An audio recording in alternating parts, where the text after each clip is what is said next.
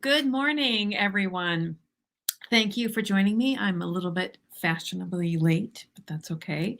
So, I wanted to share with you some tips on what to do if you have a lot of Halloween candy hanging around. Today, I don't know when you'll be seeing this, but this applies also to a lot of other things as well. So, this video may apply to when your neighbors bring over a lot of candy and sweets. Some of it will, some of it won't.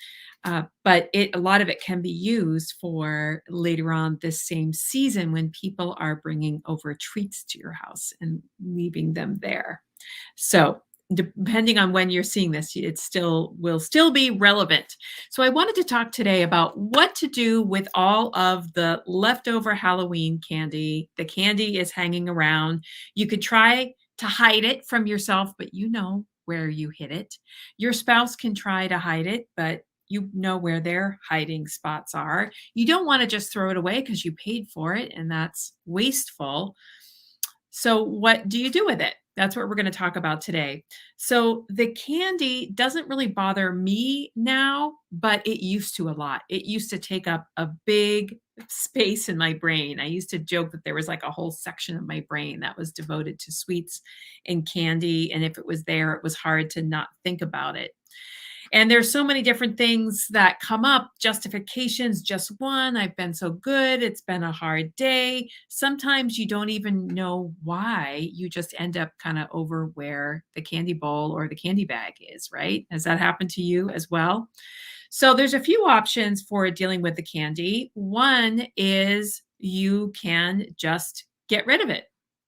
So, not throw it away, but just get rid of it. There are a lot of great organizations that will take your candy off your hands for you.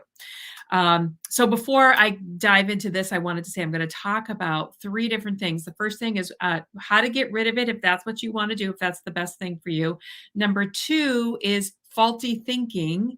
So, a lot of times these come into play with candy and different things around. And number three, is how to have it without the guilt or the impact, if that's right for you.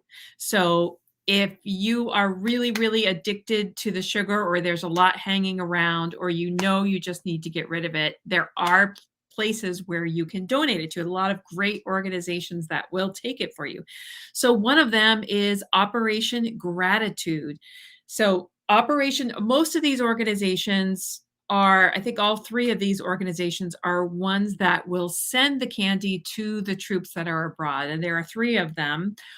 There's Operation Gratitude, Operation Shoebox, and Soldiers Angels. And I will put the links here in the free group. So if you're seeing me right now on a Facebook business page or on YouTube and you want these links, just jump on over to our free group, see the link to the free group in the description here.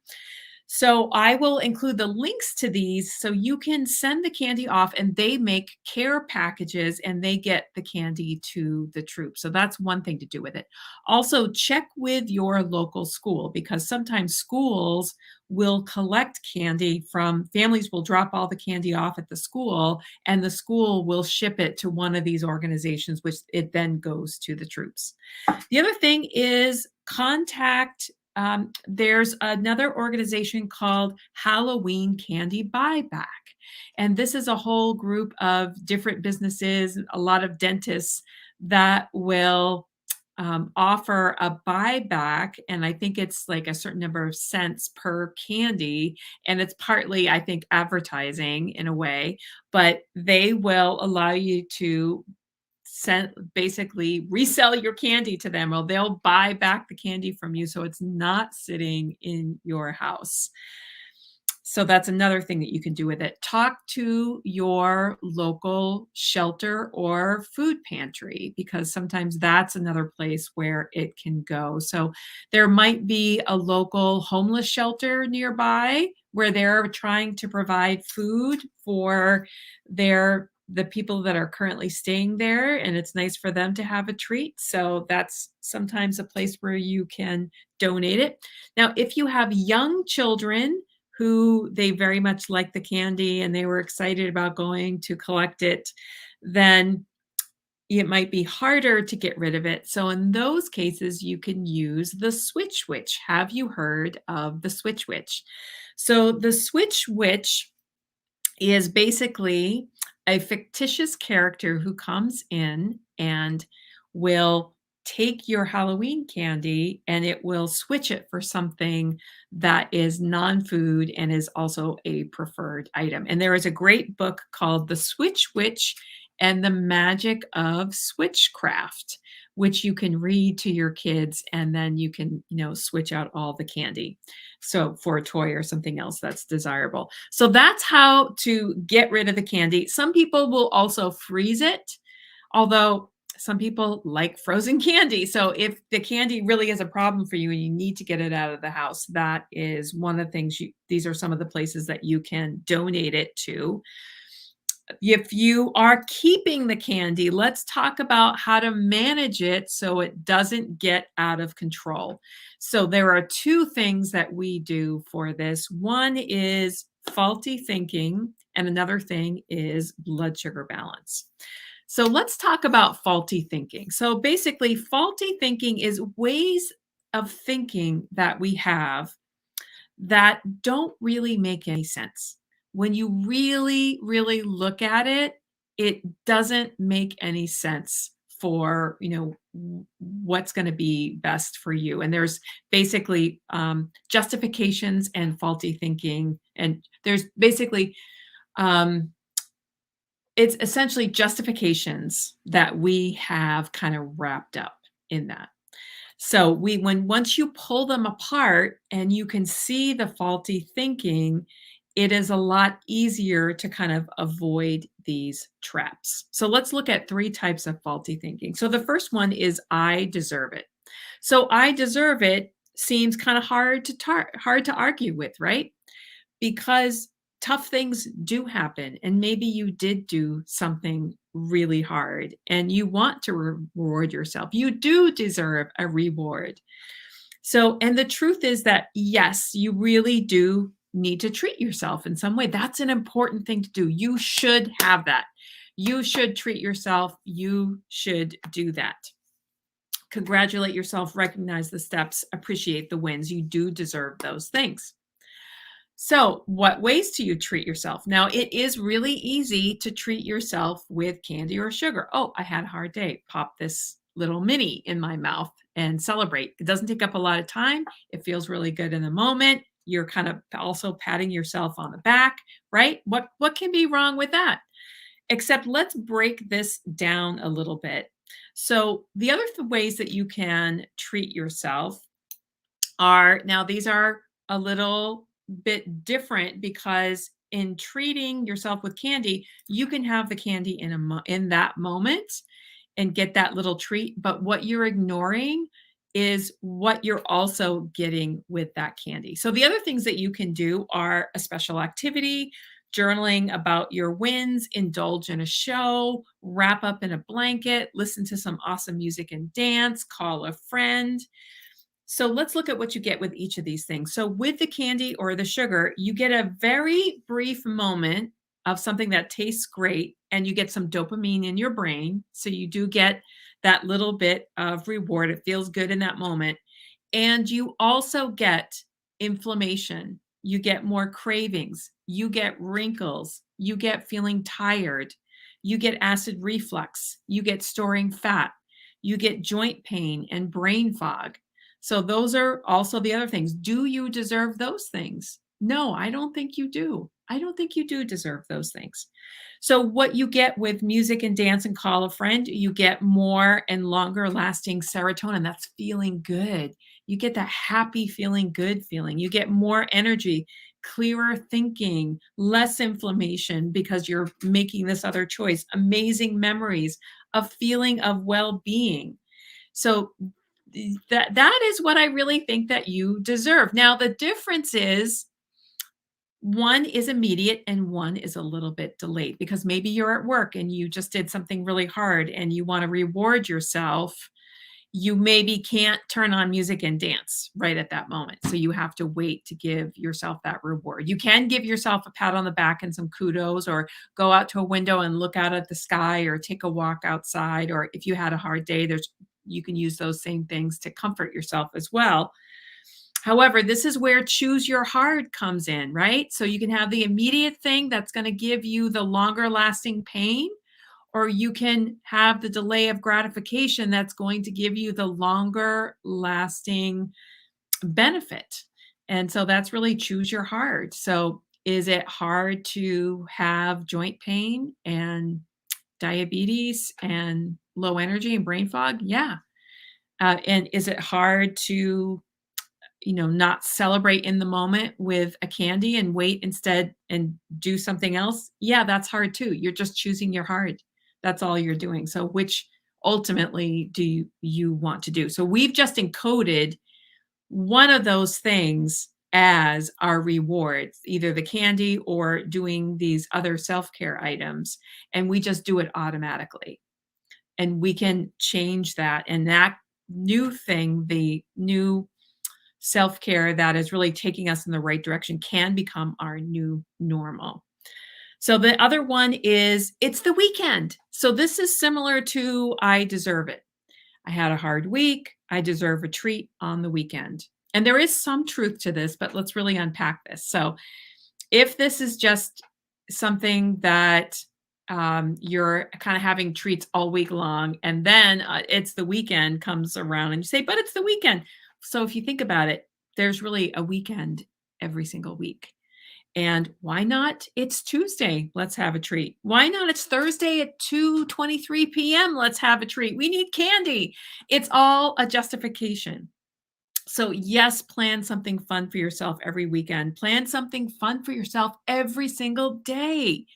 But again, what are you getting when you are choosing, to only treat yourself with candy? And I'm not saying you never treat yourself with candy, but when you only treat yourself with candy.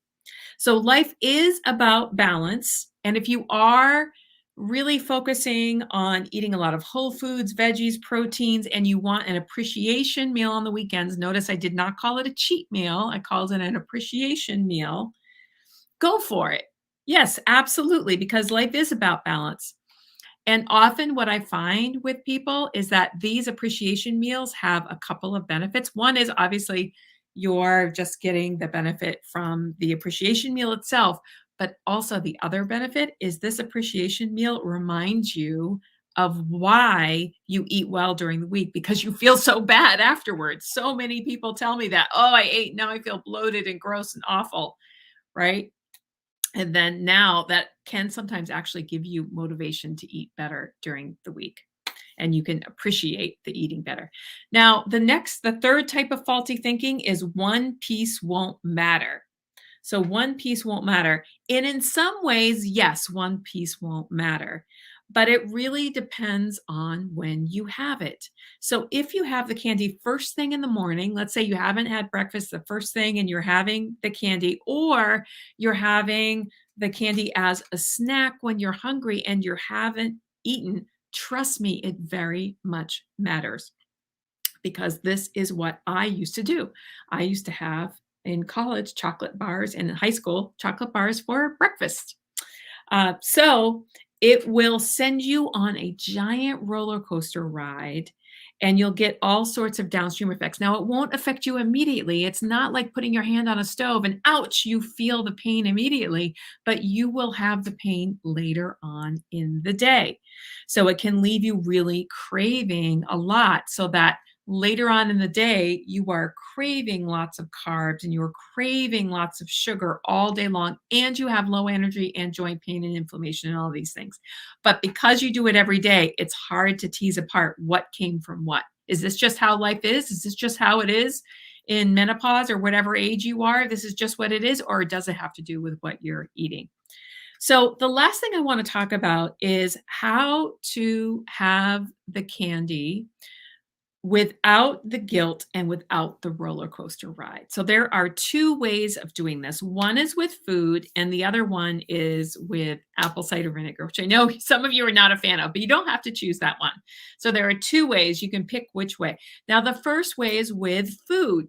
So you can use food and water to buffer the effects of the candy. Now, you need to be doing this all day long. So all day we need to be eating a balance of protein, healthy fat, and high fiber carbs, because those are all the pieces that keep us balanced and keep our blood sugar steady. And when our blood sugar is steady, then we don't crave. We don't crave nearly as much. You also want to be hydrating all day long because when you are thirsty, you will mistake it for a craving. So if you have been having PFC, protein, healthy fat, and high fiber carbs all day long, then you want to have the candy immediately after one of those meals because you'll feel full. And make sure you're hydrated, you've been balanced during the day, and you'll notice that you have a lot less cravings. So that's one of the ways to do it.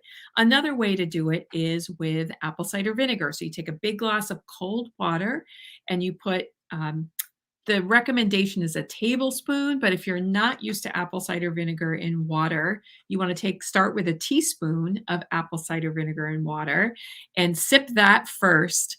You want to work your way up to the full tablespoon, but you can start with a teaspoon. And then after you have that, then have the candy. The reason for this is that apple cider vinegar has acetic acid in it, which changes the way that our body handles the glucose and the fructose in the candy. So it's not going to send us on a big spike, and you'll feel more full and have less cravings if you have the candy after the glass of apple cider vinegar. So those are some ways to deal with the Halloween candy, and hopefully that is helpful for you. And I've got some other things coming up. In 2 weeks, we will be doing a 5-day we will be doing a 5-day clean eating challenge, but a simple clean eating challenge that is easy to do. And so this will be a clean eating challenge that even if you don't like to cook, you can do it. If you do like to cook, that's great too. You can do that. But I want to design it so that there are options for people who are super busy or don't like cooking. So stay tuned for that.